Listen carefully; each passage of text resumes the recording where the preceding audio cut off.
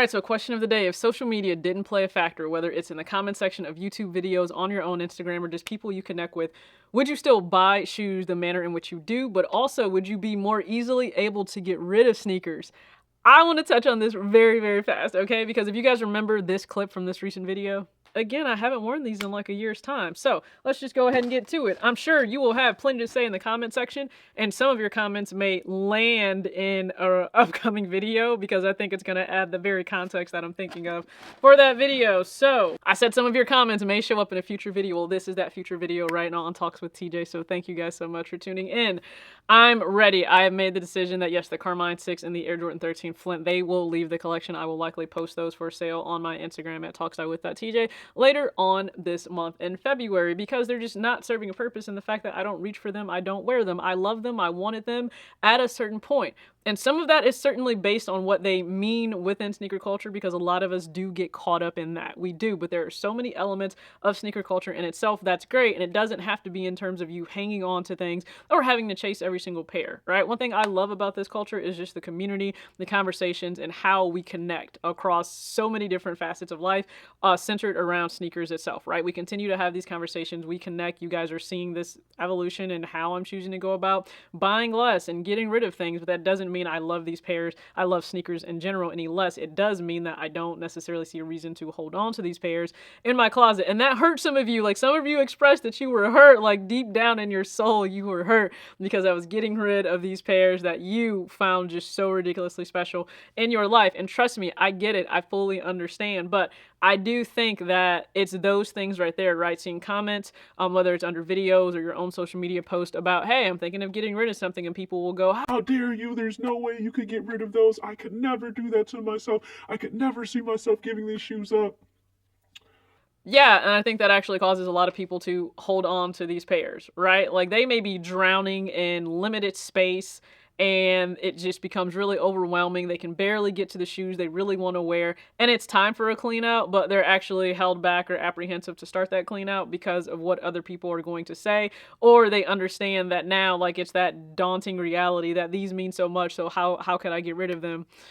I think that is one downside when it comes to social and just people that we know, right? I think if more of us really made decisions based on what matters and what is practical and what makes sense for our own style, our life, the functionality of it again in the season and chapter that we're in, I think it would serve us a little bit better. So just go ahead and comment below. Do you think that you would have an easier time getting rid of pairs if you didn't have so many outside voices and opinions weighing in on the pairs that you may think about getting rid of? Like, go ahead, again, share your thoughts because that's where I am. I've learned to tune a lot of it out because, yes, people are going to think, and I've already said this, that I'm ridiculously crazy for wanting to get rid of those pairs and likely other pairs that I've gotten rid of in the past and I may very well get rid of in the future. I still need to pare down a lot of this closet, which means a lot of pairs still need to get gone. Like they do.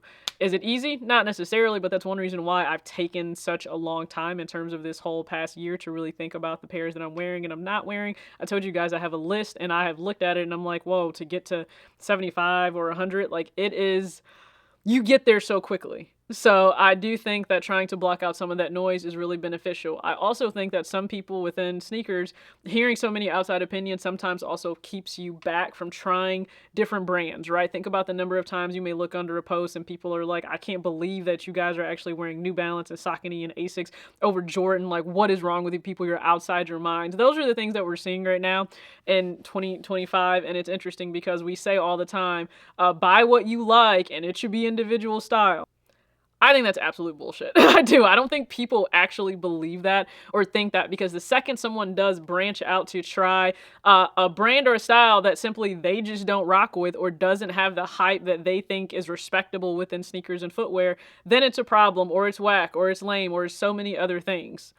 I can't subscribe to that. I'm not going to apologize for it. I can't, okay? Like, if it's truly about buy what you like or explore the things that you really want to explore, because there is so much to explore in sneaker culture, I think we really need to go and support that, right? Like, I did a rundown in a recent video this year of, like, what I think were the top 10 performance, like, signature basketball sneakers that were out on the market right now. Now, this was before we actually got a chance to see the A1, but I ran that list down and I compared it to Complex's list, and you know what? I actually actually had, if you remember, I had the AR1 on there for Austin Reeves, his first signature sneaker with Rigorer. And you never know who's watching because guess what? Like the title says, we are going to unbox today the Rigorer AR2, more specifically the Valentine's Day pair. It officially dropped on February 8th of this year at a price point of $100 US. So great price point for a performance shoe. We love to see that. Now, I've never had a chance to actually see this model in person. So let's go ahead and unbox these, plus try them on foot. Let's dive into the Rigorer AR2 Valentine's Day. So we have a black and white box, a lot of speckling and detailing on the top. Yes, it will mimic a butterfly. We'll get to that. So you have AR's logo. You also have the Rigorer logo, which is like a target scope. And then size EU 39 or a men's 6.5, a women's 8. And again, this retails for $100 USD. Remember I said we'd come back to the butterfly, so his game is essentially evolving. He's like a cocoon and he is evolving to his final stages. He's still really early and doing quite well, so continue to develop, Austin Reeves. Now, diving into the sneaker itself. When you first see it, as I said about the AR1, it is super detailed.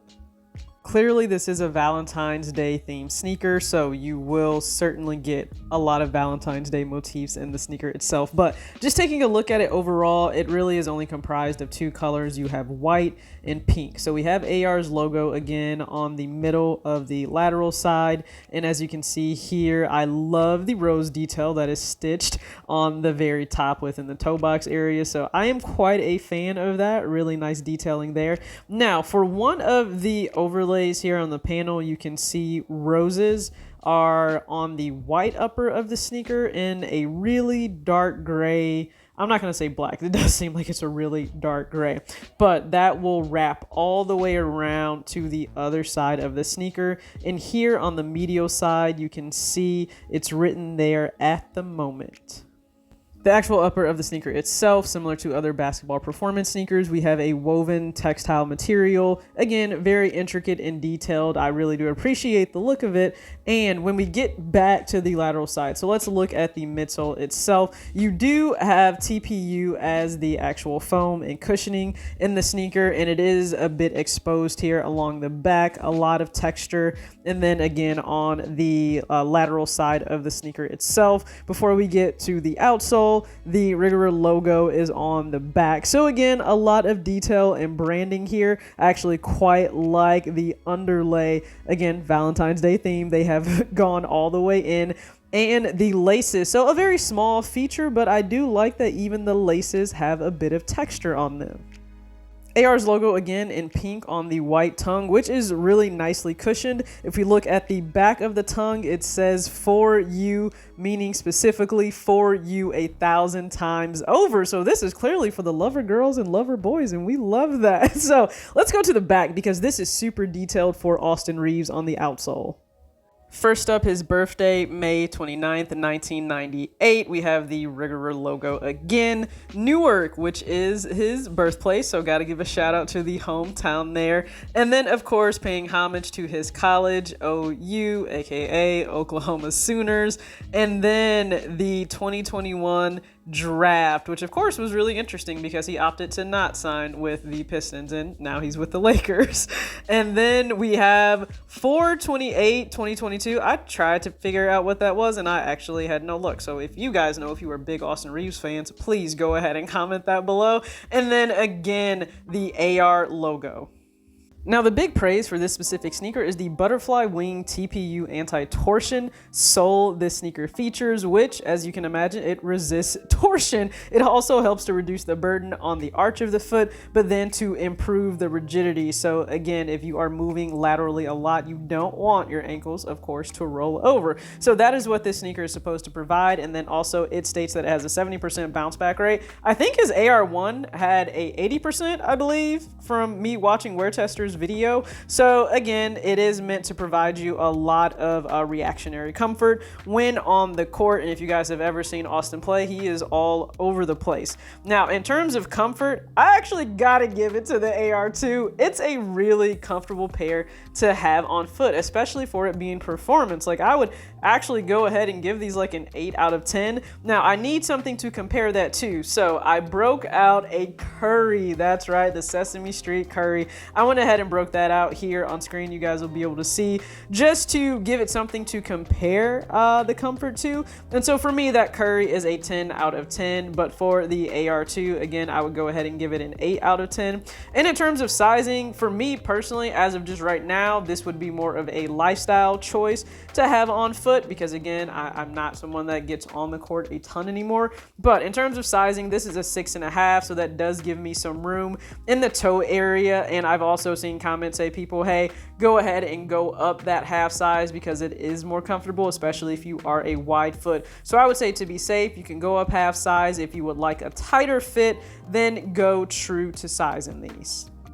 And beyond appreciative for Rigorer sending these over. So go ahead and comment your thoughts below on the AR2. Is it a model that you've ever thought about picking up, especially if you are somebody who still actively plays basketball, you get on the courts a lot? I don't really have that opportunity to do that here, especially in the wintertime. There's like 4 inches of snow outside based on what fell this weekend. I am going to try my best to get outside more in the summertime. That was just something I didn't even really get a chance to do a whole lot after I was dealing with some shoulder issues. So I'm going to hope to kind of rectify that this upcoming summer. So again, please comment your thoughts below. I think it's awesome that we have so many options within footwear itself for basketball on the court. I think the lower profile models always do translate a little bit better off the court, especially in modern day. If you want to have a more athleisure style, or just toss these on with cargo pants and sweats, I think you can certainly do that. So again, comment your thoughts below on the AR2. Crazy to think of like how much goes into this, and that they're only charging $100. I love that. I have flashbacks to when AR just tore up my Warriors in so many matchups against the Lakers. And I know right now, again, it is All-Star weekend, so you guys see me.